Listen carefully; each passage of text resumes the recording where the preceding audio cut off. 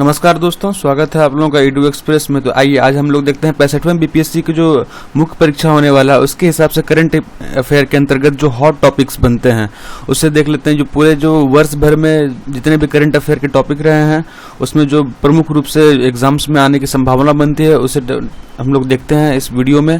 आइए तो इस वीडियो को हम लोग देखते हैं। इसके साथ में मनीष कुमार मेरे बारे में देख सकते हैं। साथ ही अगर आप ये वीडियो यूट्यूब पे देख रहे हैं तो चैनल को सब्सक्राइब कीजिए, हिट द बेल आइकन। अगर आप फेसबुक पे देख रहे हैं तो पेज को लाइक कीजिए। साथ ही में आप ईडू एक्सप्रेस से विभिन्न सोशल साइट्स पे जुड़ सकते हैं, लिंक नीचे डिस्क्रिप्शन में दिया हुआ है, तो जरूर जुड़िए वहाँ पे। देखते हैं अब हम लोग स्टार्ट करते हैं जो भी इम्पोर्टेंट टॉपिक है। इंटरनेशनल इशूज से स्टार्ट करते हैं हम लोग। सबसे पहले SCO इंडिया, ये संघाई कॉर्पोरेशन जो है और जो इंडिया है उसके बारे में जो रिलेशन है उसके बारे में देखना है। उसके बाद ब्रिक्स एंड इंडिया का जो रिलेशन है उसके बारे में देखना है। उसके बायोलॉजिकल वेपन के बारे में हम लोगों को देखना है कि जिससे कि बायोलॉजिकल वेपन, जैसे एक तरह से कि ये कोविड-19 है उसको भी एक तरह से बायोलॉजिकल वेपन माना गया है, बहुत सारे विशेषज्ञों का ये कहना है। और क्या होता है बायोलॉजिकल वेपन उसके बारे में भी अच्छे से देख लें आप। उसके अलावा रिलेवेंस ऑफ WHO, जैसा कि WHO की भूमिका का अभी कोरोना के संबंध में अभी विश्व भर में अभी उभर के सामने आई और इसकी जो क्रिटिक्स कर रहा है, जैसे USA वगैरह क्रिटिक्स कर रहा है, यहाँ तक कि WHO की फंडिंग को भी रोक लगा दिया US। तो उस संबंध में WHO की जो भूमिका है उसको भी जरूर आप लोग ध्यान से देख लें। उसके अलावा है कि जो नाम है नॉन एलाइ मूवमेंट और इंडिया है उसके संबंध को देखें। अभी हाल में ही जो नाम का जो अभी मीटिंग हुई थी उसे देख ले। उसके अलावा है OBOR, one belt one road initiative और इंडिया, जो इंडिया का क्या स्टैंड है, ये हमेशा OBOR का विरोध करता है। उसके साथ में जो इसके खिलाफ जो इंडिया का कदम है उसको भी आप लोग ध्यान से देख लें और उसे पढ़ लें। उसके अलावा है सार्क एंड इंडिया, ये सार्क कंट्रीज और इंडिया के बीच में जो संबंध है उसको भी आप लोग ध्यान रखें और किस प्रकार से इंपॉर्टेंस रखता है इंडिया के लिए और सार्क का क्या महत्व है ये भी देख लें। उसके अलावा देखिए ये G7 का एक्सपेंशन, ये भी हाल में ही जो है अभी US प्रेसिडेंट ट्रंप द्वारा जो है अभी कहा गया था कि एक्सपेंशन करने के लिए G7 का, और इंडिया वगैरह, जापान वगैरह, ऑस्ट्रेलिया वगैरह को इसमें इन्वाइट किया गया था इसमें शामिल होने के लिए। तो G7 संबंधित जो भी है आप तथ्य है उसको ध्यान से देख ले और उसके एक्सपेंशन से संबंधित जो भी प्रस्ताव रखे जा रहे हैं उसे भी आप लोग जरूर पढ़ लें। इसके अलावा आगे देखते हैं Iran US stand of and its impact on India. तो जो आपको जो ईरान US का जो टेंशन चल रहा है, जो आपका US द्वारा जो है ईरान के ऊपर जो है सैंक्शंस लगाए जा रहे हैं उसका क्या इम्पैक्ट पड़ेगा इंडिया पे। और जैसे कि इंडिया ने काफ़ी इन्वेस्टमेंट किया है आपका ईरान में चाबहार पोर्ट वगैरह डेवलप करने के लिए, सेंट्रल एशिया का रोड कनेक्टिविटी के लिए, तो इस संबंध में इंडिया को क्या छूट रियायतें दी गई हैं और इसका इम्पैक्ट क्या पड़ने वाला है उसको अच्छे से एनालिसिस कर लें। उसके अलावा देखिए US Taliban peace deal and its impact on India. तो जैसे कि आप जानते हैं कि US जो है वो तालिबान के साथ में समझौता कर लिया अफगानिस्तान में, तो अब इसका क्या असर पड़ेगा इंडिया के ऊपर, क्योंकि इंडिया का अफगानिस्तान का रिलेशन जो है वो काफ़ी अच्छा रिलेशन है। अब उसका जो सरकार थी वहाँ पे जो उससे डील ना करके तालिबान से डील किया गया है US द्वारा, तो उसका इम्पैक्ट क्या पड़ने वाला है इंडिया पे उससे भी आप लोग जरूर देख लें। उसके अलावा देखिए क्या PM केयर फंड, ये जो कोरोना के जो लॉकडाउन के पीरियड में PM केयर फंड बनाया गया था इस चुनौती से लड़ने के लिए, और साथ में PM गरीब कल्याण रिलीफ पैकेज जो दिया गया है आपका, जो आत्मनिर्भर भारत के तहत जो एक लंबा चौड़ा पैकेज दिया गया था उसके अंतर्गत भी ये PM गरीब कल्याण रिलीफ पैकेज भी घोषित किया गया था।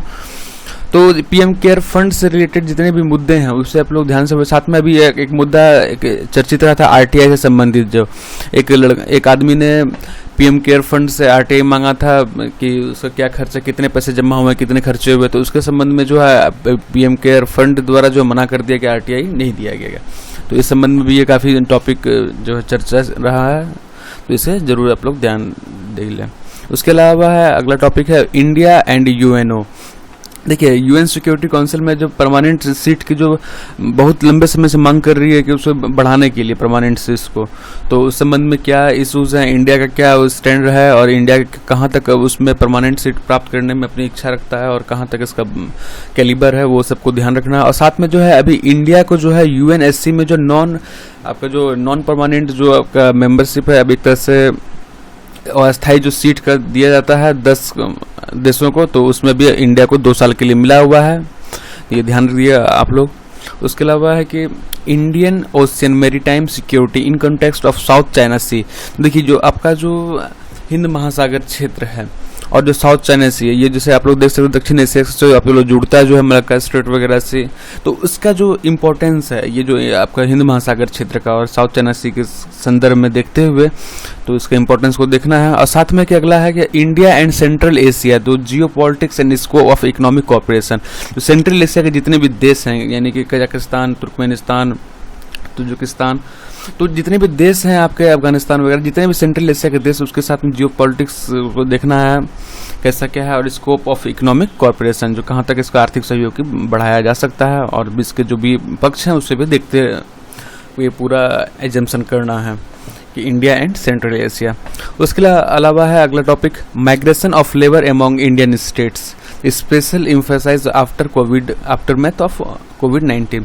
देखिए जैसे कि कोविड-19 के दौरान जो लॉकडाउन किया गया, लॉकडाउन में जो है बहुत सारे लेबर जो है वो एक जगह से दूसरे जगह पे पैदल ही, बस से, ट्रेन से, जिसको मिला साइकिल, यहाँ तक कि साइकिल से भी जो है लेबर जो अपने घर की ओर चले गए। तो ये जो माइग्रेशन देखा गया, एक पैटर्न देखा गया, उसके संबंध में आपको क्या सोचना है, उसको समय माइग्रेशन के रोकने के लिए या फिर इन सब चीज़ों को देखते हुए इनके वेलफेयर के लिए क्या किए कदम उठाए जा सकते हैं, और भी जो भी इससे जुड़े हुए कंसर्न है उसको भी आप लोग को जरूर देख लें। अब आगे बढ़ते हुए हम लोग अब देखते हैं मर्जर ऑफ पीएसयू बैंक। तो ये इकोनॉमिक के पर्पज से जो आपका इंडिया इकोनॉमिक के हिसाब से काफ़ी जो बेहतरीन कदम उठाया गया है, सभी बैंकों का विलय कर दिया गया है, ऐसे भी देख लें आप लोग। उसके अलावा है इंडिया EU यानी European union relation after Brexit. तो ब्रेक्जिट जो किया गया है उसके बाद में जो भारत और यूरोपियन यूनियन का क्या संबंध है उसे भी ध्यान में रख लें आप लोग, उसे भी देखना है। उसके अलावा है सिटीजनशिप अमेंडमेंट एक्ट यानी CAA। इसका जो अभी जो है कोरोना के पहले जो काफ़ी ये मुद्दा चर्चा में रहा था, पूरे देश भर में जो है जगह जगह जो इसका विरोध किया गया था CAA का।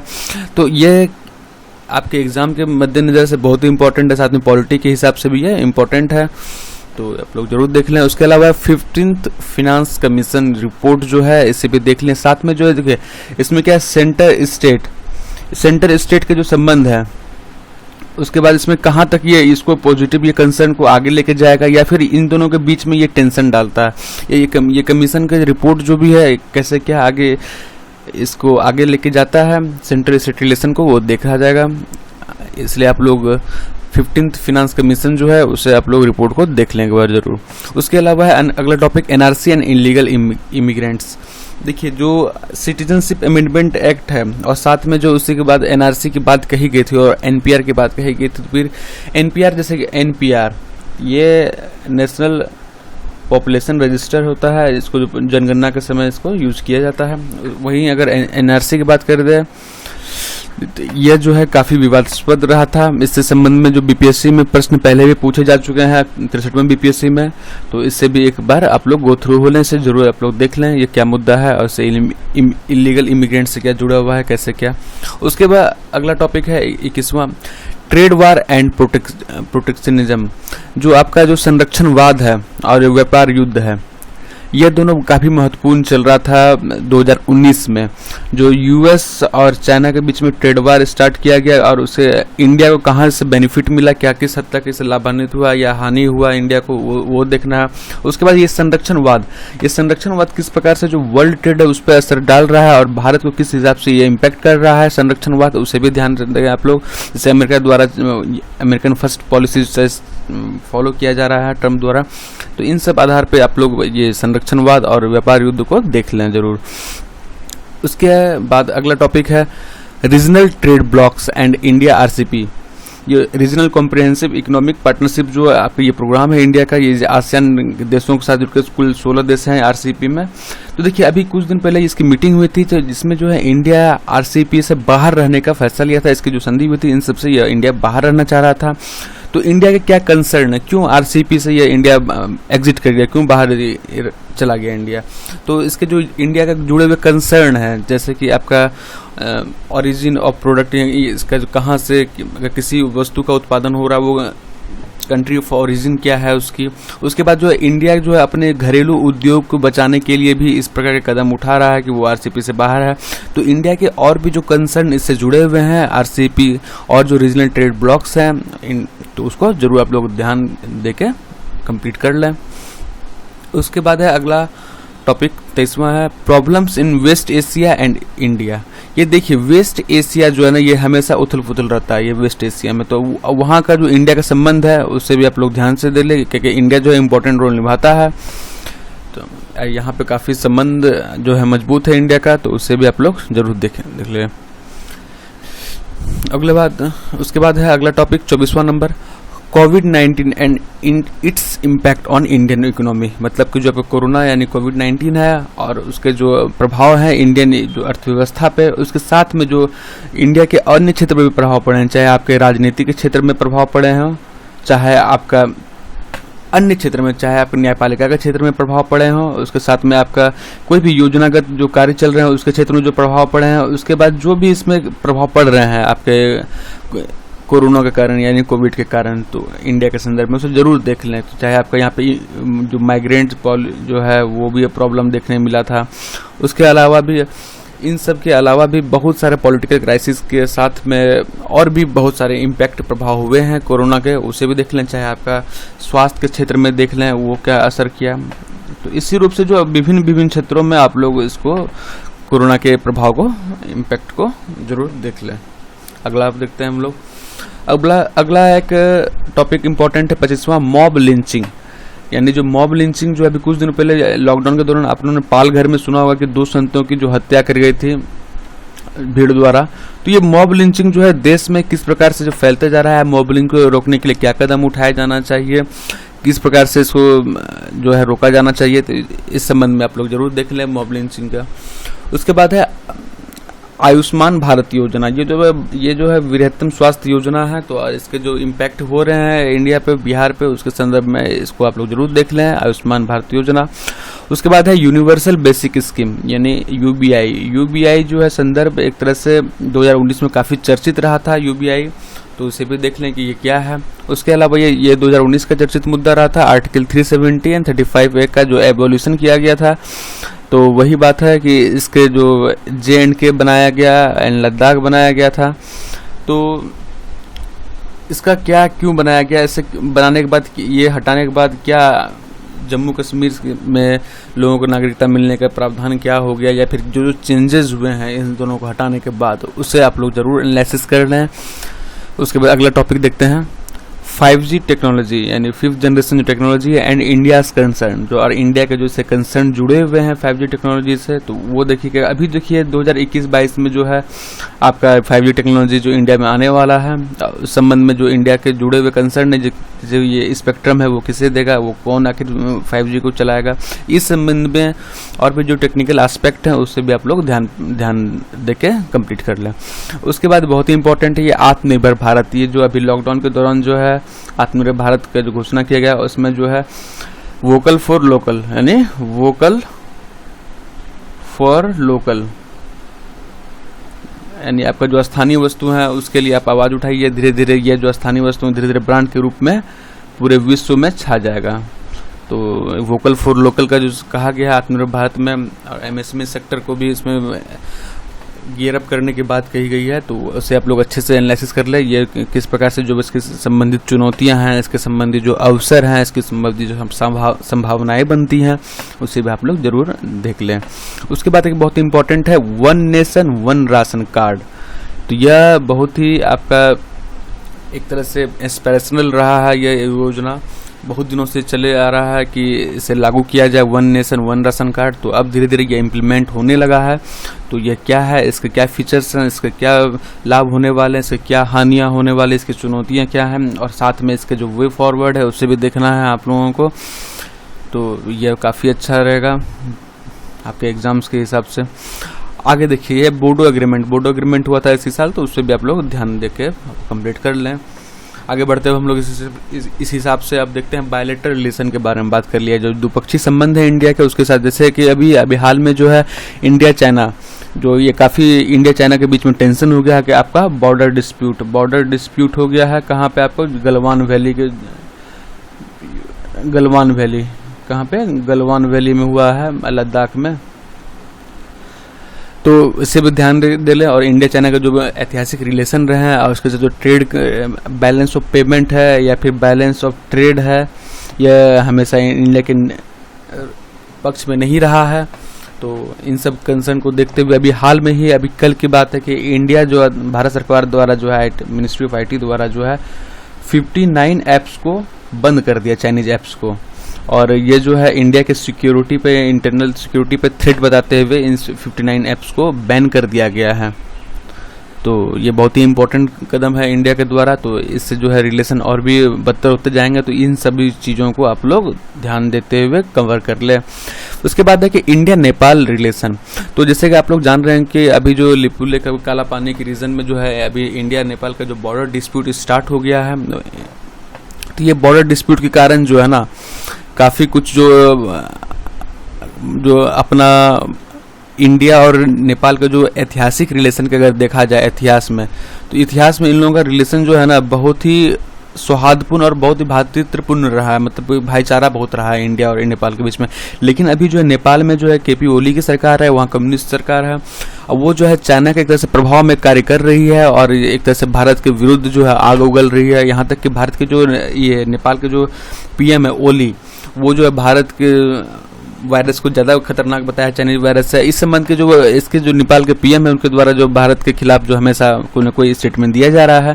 तो इससे जो है धीरे धीरे इंडिया और नेपाल के जो बीच में रिलेशन है वो काफ़ी ख़राब होते जा रहे हैं। तो उस संबंध में ज़रूर आप लोग इसके पूरे एनालिसिस कीजिए। और ये इसलिए भी इम्पोर्टेंट हो जाता है क्योंकि जो है बिहार से नेपाल का जो है बहुत लंबा चौड़ा बाउंड्री शेयर होता है।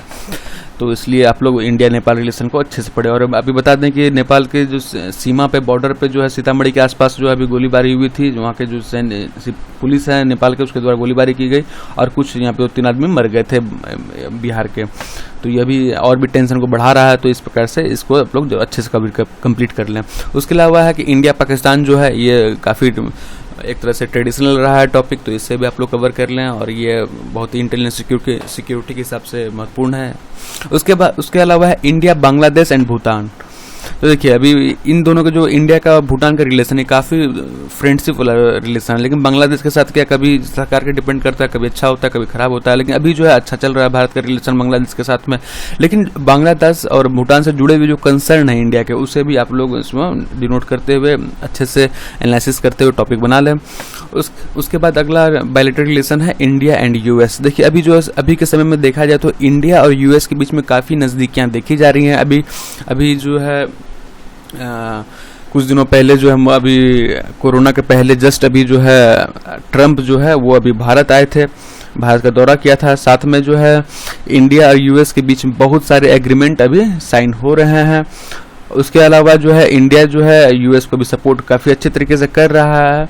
और इंडिया भी जो है एशिया में जो है US इंडिया को एक अपॉर्चुनिटी के रूप में मांग रहा है। क्योंकि जो है चाइना और US के बीच में टेंशन बढ़ रहा है। तो इसके बीच में इंडिया जो है US का काफ़ी भरोसेमंद दोस्त बनकर उभर कर सामने आ रहा है। तो इस संबंध में इंडिया और US का जो भी ट्रेड डील है, जो भी अनदर डील है, जैसे अभी कुछ दिनों पहले जो है US के जो अभी ट्रम्प है उसके द्वारा दवाई मांगी गई थी उसके, और इंडिया जो है उसको बड़े पैमाने पर दवाई की आपूर्ति किया। उस प्रकार से और भी जो जुड़े कंसर्न है, जैसे आपका इंडो पैसिफिक, आपका जो पूरा जो एरिया है इंडो पैसिफिक, जैसे ट्रम्प द्वारा बोला जाता, तो उस संबंध में जो कंसर्न है इन दोनों के द्वारा जो किया जा रहा है उसे भी आप लोग इन दोनों से जोड़ कर लिखे। इसलिए यह जो टॉपिक है इंडिया एंड US काफ़ी इम्पोर्टेंट हो जाता है आपके एग्जाम्स के पर्सपेक्टिव से। इसके अलावा जो है इंडिया रसिया है वो भी इम्पोर्टेंट हो जाता है। क्योंकि अभी RSC की मीटिंग होने वाली थी, तो जिसके इंडिया ने जो है RSC मीटिंग को कैंसिल करने के बाद की, लेकिन रसिया ने जो है वो इंडिया को मनाया और जो RSC की मीटिंग के लिए उसे तैयार किया। तो ये जो है आपका जो वित्त मंत्रियों की बैठक होगी, तो आप लोग ध्यान दीजिएगा, विदेश मंत्रियों की बैठक होने वाली है RSC में। तो इस प्रकार से जो है जितने भी इम्पोर्टेंट टॉपिक हो गए उसको हम लोगों ने देख लिया है। कुल 37 टॉपिक हुए थे जो काफ़ी महत्वपूर्ण है। इससे मेरे ख्याल से आपका जो करंट अफेयर का सेक्शन है उसके अंतर्गत 3 प्रश्न कवर हो जाने चाहिए। इसके अलावा भी जो आपके पास अन्य टॉपिक हैं, जो इस टॉपिक के अलावा जो है अगर आपके पास कुछ टॉपिक है तो ज़रूर आप लोग कमेंट में लिख कर ज़रूर बताएं, जिससे हमें भी जानकारी प्राप्त हो सके कि इसके अलावा और कौन कौन टॉपिक महत्वपूर्ण है BPSC 65वीं मुख्य परीक्षा के लिए। इसके साथ में ये मेरा आज लास्ट वीडियो है। I am taking leave till 65th BPSC mains exam, क्योंकि जो है मुझे भी बीपीएससी जो है मेंस एग्ज़ाम वो देना है, तो मैं भी अपनी तैयारी कर रहा हूँ, मैं भी रिवाइज़ कर रहा हूँ, अपना चीज़ों को प्रैक्टिस कर रहा हूँ। तो आप लोग भी अपना रिवाइज़ कीजिए, प्रैक्टिस कीजिए, साथ साथ में जो चैप्टर कवर नहीं है उसे जल्द से जल्द कवर करके जो है समअप करके याद कर जाइए, सारा कुछ लिख जाइए सारा कुछ। तो जो भी कर सकते हैं सफलता के लिए, जो आपकी क्षमता है ज़रूर कीजिए आप वो से। इसके साथ में क्या है कि मैंने जो अभी तक बीपीएससी मेंस के लिए जो वीडियो बनाया है वो इस प्रकार से है, तो आप लोग देख सकते हैं कि जैसे कला संस्कृति में पटना कलम, पाल कला और ये मधुबनी कला, ये बहुत ही महत्वपूर्ण है। पिछले बार मौर्य कला पूछा गया, तो इस बार जो है पाल कला और पटना कलम आप पूछ सकते हैं। ये पूरा प्लेलिस्ट जो है मैं आई बटन में और डिस्क्रिप्शन में डाल दूंगा, तो वहाँ से जाके आप लोग डायरेक्ट इस वीडियो को एक्सेस कर सकते हैं। साथ में देखिए ये आपका संथाल विद्रोह से पूछा गया था, उसके बाद ये मुंडा विद्रोह से पूछा गया, एक तो आदिवासी विद्रोह को भी कवर किया गया है। उसके बाद अगर बात किया जाए तो जो स्वतंत्रता संग्राम में आपका जो किसान आंदोलन थे, चंपारण किसान आंदोलन, उसके अलावा जो बिहार में जो किसान आंदोलन हुए थे उसको भी कवर किया गया। उसके अलावा सविनय अवज्ञा जो आंदोलन हुआ था 1930 के दौरान उसको कवर किया गया है। उसके भारत छोड़ो आंदोलन कवर किया गया है। इसके अलावा जो आपका जो असहयोग आंदोलन है उसे भी कवर किया गया है, असहयोग आंदोलन को। उसके बाद आज़ाद दस्ता जो है आपका बिहार छोड़ो आंदोलन के समय हुआ था 1942 के दौरान में, तो इसे भी कवर किया गया है। इसके अलावा देखा जाए तो आपका देखिए जो आपका प्रीवियस ईयर के जितने भी क्वेश्चन पूछे गए हैं आपका 39 से 64 बीपीएससी तक का, उस सारे क्वेश्चंस को एक वीडियो में किया गया है। ये देख सकते हैं, ये आधे घंटे से भी कम का वीडियो, तो इससे आप लोग सारे प्रीवियस ईयर क्वेश्चंस को एक बार में देख सकते हैं। उसके अलावा देखिए आप जो है बिहार में जो स्वतंत्रता आंदोलन में बिहार की महिलाओं का योगदान है उससे भी उस पर वीडियो बनाया गया। उसके बाद बिहार में पाश्चात्य शिक्षा व तकनीकी के ऊपर भी वीडियो बनाया गया है, तो आप लोग जाके इसका लाभ उठा सकते हैं। उसके अलावा कुछ जो करंट अफेयर, जैसे कि भारत की सुरक्षा परिषद में सदस्यता में चुनौती, तो जिससे मैंने अभी बताया था ये काफ़ी महत्वपूर्ण है, इस टॉपिक को भी कवर किया गया है मेरे द्वारा। उसके अलावा जो आतंकवाद के टॉपिक है काफ़ी आपका पूछ लिया जाता है, ऐसे में पूछ लिया जाता है, या फिर आपका करंट अफेयर में पूछ लिया जाएगा, या फिर किसी अन्य सेक्शन में पूछा जा सकता है, तो ये भी काफ़ी महत्वपूर्ण होता है। उसके अलावा क्या है कि आपका पॉलिटी से जो जितने प्रश्न पूछे गए हैं 39 से 64 बीपीएससी तक में, तो आपके 61 क्वेश्चन बनते हैं, तो वो काफ़ी महत्वपूर्ण है। तो आप लोग इसको गो थ्रू हो लें, इसको सारे क्वेश्चन को देख लें। आपका जो प्ले लिस्ट है पूरा आपको आई बटन में और डिस्क्रिप्शन में मिल जाएगा। इसके साथ ही यह वीडियो अब समाप्त होता है। अगर आपको ये वीडियो अच्छा लगा तो लाइक कीजिए, वीडियो को शेयर कीजिए दोस्तों में, और सब्सक्राइब कीजिए इस चैनल को। मिलते हैं हम लोग एग्ज़ाम के बाद। अब थैंक्स फॉर वाचिंग। अच्छे से तैयारी कीजिए आप लोग सफलता को सुनिश्चित कीजिए। बचे हुए समय में जम के तैयारी कीजिए आप लोग अपने इस रणनीति के तहत में। तो आप लोग मिलते हैं एग्ज़ाम के बाद में। हो सकता है इस पे लेकिन जो अन्य टीचर द्वारा जो वीडियो अपलोड किया जाए, लेकिन यह मेरे द्वारा यह अंतिम वीडियो है। धन्यवाद।